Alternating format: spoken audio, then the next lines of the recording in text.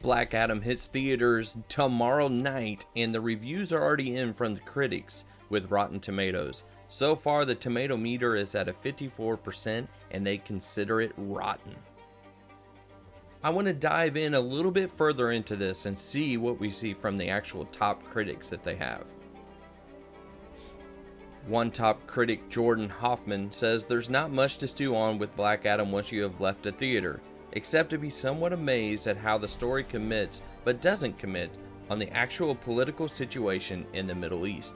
In my opinion, I understand where he's coming from, but at the same time, when I'm watching a superhero movie, the last thing I want to think about is the political situation in the Middle East. I want to be taken somewhere from reality. I want to have fun watching a very violent and action-packed superhero movie. Liz Shannon Miller says, on its own merits, Black Adam might feel thin in the story, but it does deliver plenty of enjoyable moments and has a solid ensemble to back up Johnson. But perhaps the most exciting aspect of it is, it might shake up the rest of the franchise. This is the direction I'm wanting to go with Black Adam. I am excited to see Black Adam for what maybe Dwayne Johnson will bring to the character. I think Black Adam is an exceptional character that doesn't get enough love.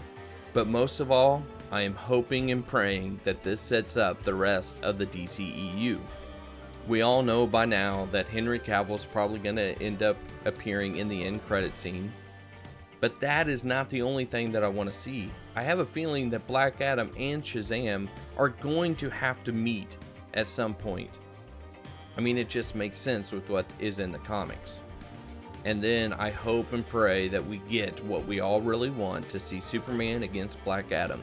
I don't know if it's going to be in the Man of Steel 2 or if it's going to be in the new Justice League type of movie.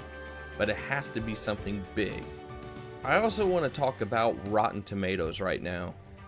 Does this affect you all or not that Rotten Tomatoes has given this score of a 54 so far on the tomato meter? Personally, me, no.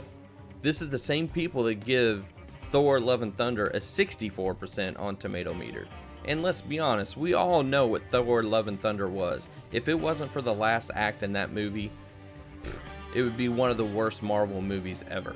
And if you dive a little deeper into this and see what the people were reviewing, if you look right here, you have somebody gave this a 5 out of 5, and it's an obscenely entertaining rainbow highway straight to the blockbuster heaven. Wow, that is such a deep critic review. I mean, let's be honest. Everything she said was completely wrong, except for she used Stairway and she used Rainbow. Both of those sort of appeared in the movie.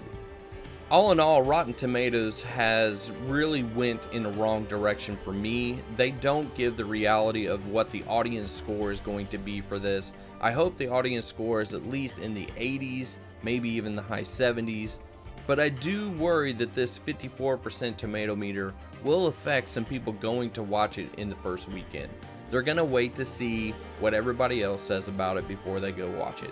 I encourage all of you, go watch it, maybe even go watch it twice. If you want the DCU to finally be anything, we have to have Black Adam do well in the box office. We're going to be going into more detail after we watch the movie. Let us know in the comments what you all thought about it. Have a good one. If you have enjoyed what you have watched, please hit the subscribe button and make sure you check out our other videos. Thank you.